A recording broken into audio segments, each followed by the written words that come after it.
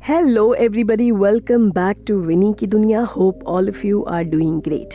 तो आज के अपने वीडियो में मैं आप लोगों के साथ अपनी ही लिखी हुई एक कहानी शेयर करने जा रही हूँ।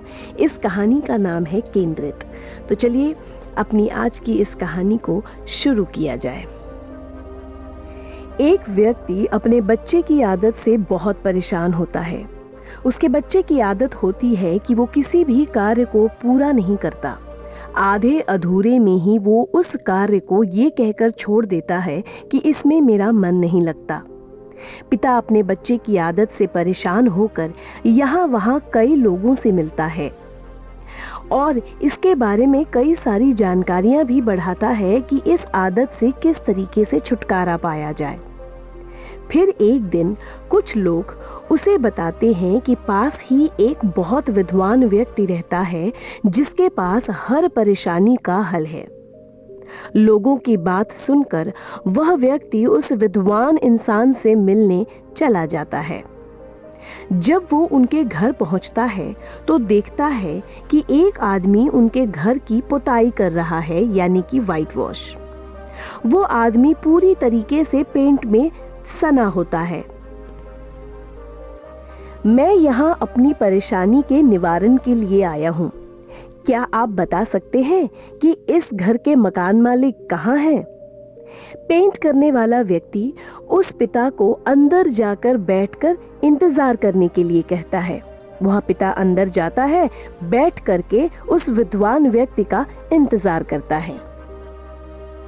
थोड़ी ही देर में मकान मालिक अर्थात वो विद्वान व्यक्ति सफेद कुर्ते पजामे में उनके सामने आकर खड़ा हो जाता है। वह व्यक्ति अपने सामने सफेद कपड़े में खड़े व्यक्ति को देखकर दंग रह जाता है, क्योंकि उसके सामने कोई और नहीं बल्कि वो पेंट करने वाला व्यक्ति ही खड़ा होता है। विद्वान व्यक्ति पूछता है, बताइए क्या परेशानी है आपकी जो आप मुझसे मिलने यहाँ आए हैं? उस लड़के के पिता अपने बच्चे की आदत को पूरा बयां करते हैं कि कैसे उनका बच्चा किसी भी काम को पूरा किए बिना ही बीच में अधूरा छोड़ देता है। विद्वान व्यक्ति पूरी बात को ध्यान से सुनते हैं और उस आदमी को कहते हैं कि कल अपने बेटे को मुझसे मिलवाने ले आना। दूसरे दिन वो आदमी अपने बच्चे को लेकर विद्वान व्यक्ति के पास पहुंच जाता है। विद्वान व्यक्ति उस बच्चे से पूछते हैं कि कौन सी ऐसी चीज है जिसे करने में तुम्हें सबसे ज्यादा मजा आता है। बच्चा कहता है, रंग। जी हाँ, मुझे कला से संबंधित हर कार्य बहुत रुचि देता है। तो विद्वान व्यक्ति उससे कहता है कि मैं तुम्हें एक कार्य दे रहा हूँ जो कि कला से ही संबंधित है।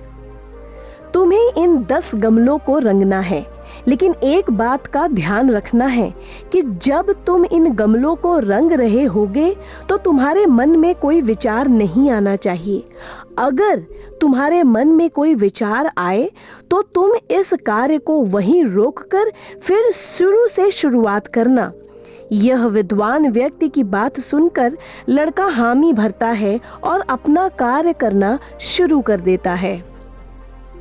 पहला गमला वो बिना किसी सोच एकाग्र मन से कर लेता है। दूसरा गमला भी एकाग्र मन से कर लेता है। फिर जैसे ही वो तीसरे गमले पर आता है, उसके मन में कई सारे विचार उमड़ने लगते हैं। जैसे, अगर मेरी कक्षा के बच्चों ने मुझे यह कार्य करता देखा तो वो क्या सोचेंगे?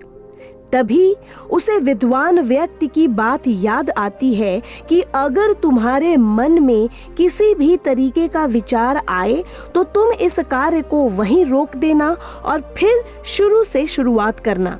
लड़का वही करता है, उस काम को वहीं रखकर फिर शुरू से पहले गमले को ही वापस से रंगना शुरू करता है।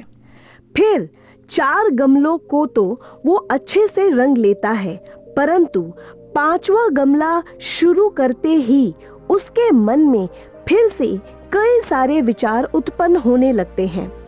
फिर वो शुरू से शुरुआत करता है और वो पूरे दिन यही करता रहता है, परंतु वो 10 गमले वो रंग नहीं पाता।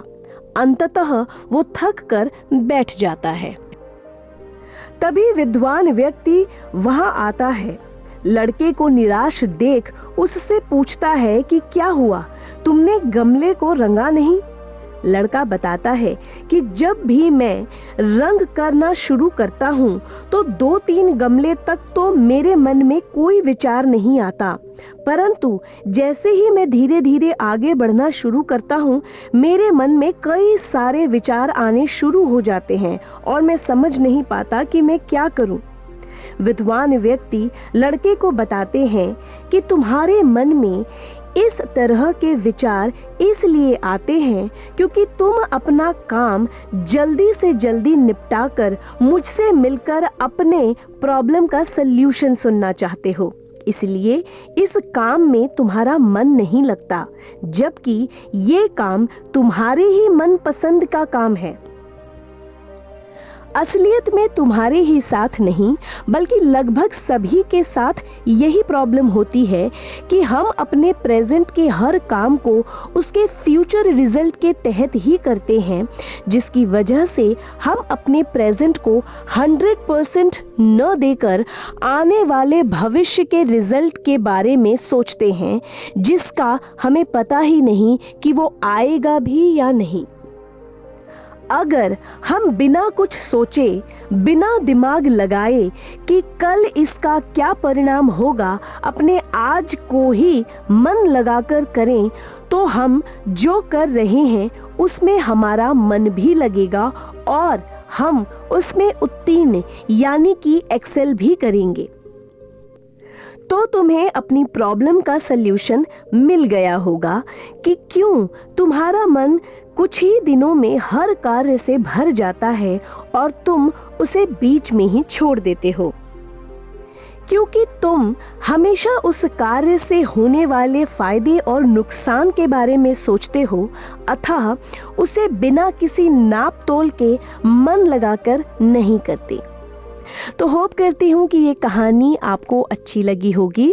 अगर आपको ये कहानी अच्छी लगी होगी तो प्लीज़ मुझे मैसेज कर ज़रूर बताइएगा। ये कहानी मैंने स्वयं लिखी है। अगर आपके कमेंट्स आते हैं और अगर ये कहानी आपको अच्छी लगती है तो इसी तरीके की कई सारी कहानियाँ हैं जो मेरे पास लिखी हुई हैं, मैं एक एक कर आप लोगों के समक्ष लाती रहूँगी। तो आज के इस कहानी को और इस वीडियो को यहीं ख़त्म करती हूँ, फिर आपसे मिलती हूँ एक नए व्लॉग में। तब तक के लिए बाय।